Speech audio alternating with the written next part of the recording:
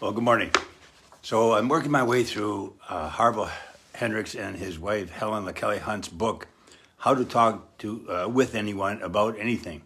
And in chapter 1, we looked at the problem. And so if feeling disconnected is one part of the problem and objection to difference the other, what's the solution?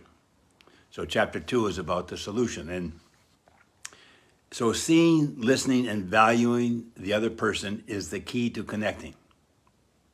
All right, if we feel disconnected, then seeing, listening, and valuing the other person is the key to connecting. And that's what their safe conversation process is all about. And they give, at the start of the chapter, really, I think, a really good example, a real life example of how this helped them. In the early stages of the Imago Institute, they had come to sort of an impasse. Tempers or emotions were running high. And Harville, at a certain point, asked somebody to mirror him. And Kollman, who was one of my great teachers, grabbed the mic and then mirrored Harville's thoughts and feelings. And what could have been the dissolution of the whole organization turned into a healing experience for everyone.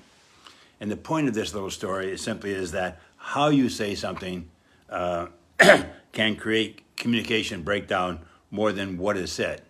So often how we say something is more important than what we say.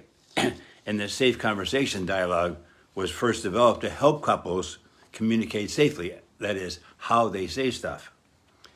They say, with our dialogue tools, you learn to talk without criticism, listen with curiosity and without judgment, and connect beyond your differences. And the key here is to see conflict not as a threat or as a fight or flight trigger, but as growth trying to happen. Conflict is simply growth trying to happen. And conflict arises because differences arise, which again is a natural and even desirable fact of life. Differences, after all, are how we evolve genetically and intellectually. And that leads to the second part of the problem, feeling disconnected. The first part is feeling disconnected. The second part is the objection to difference. All right? So feeling disconnected and objection to difference. And they go on saying the major cause of fractured relationships and social disconnection is polarization due to objection to difference, whether it's opinion, race, gender, religion, politics, you name it. But here's the reality that we all face. Difference is the primary feature of everything in nature. The universe is defined by difference. From the smallest particle to the largest galaxy, nothing in nature is the same. Everything is unique. I mean, think about your fingerprints. They're unique.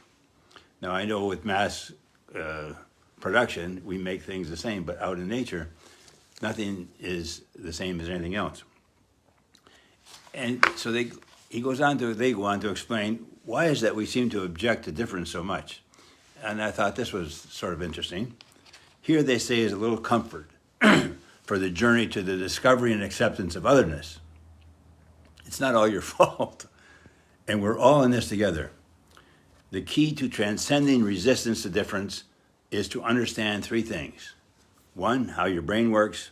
2, the uniqueness of each human brain is a result of our personal histories. And 3, you can change your brain by being more curious about others. So think about it. When they say we're all in this together, they're just making the point that every brain has its own individual history. What I know, what I have seen, what I've experienced is mine. And you don't have that, all right? So we all have this problem. We're locked inside our brains with our personal views of the world, which we think everyone else shares. And if they do not, we think they should. Interesting, isn't it? That obviously I have my view of the world, you have yours, but they're different. The only way out of this impasse is to be curious. And we call this differentiation, which is the ability to see, hear, and value the perspectives of others, even those with whom you may not agree. Furthermore, it means to accept that others are challenged just as you are by this process when you share your perspective with them.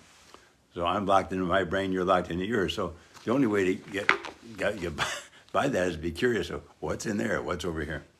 Anyway, So in the next 4 chapters, they will elaborate on the 4 key skills we all need to be seen, heard, and valued, and to see, hear, and value others. And the 4 skills are the safe conversations dialogue, empathy with everyone, zero negativity, affirmations. And next week we'll look at chapter 3, a structured dialogue. And for me, the very structure, the magic of the safe conversation process is that the very structure ensures safety. And when safety happens, connecting happens. Okay? So see you next week. Cheers.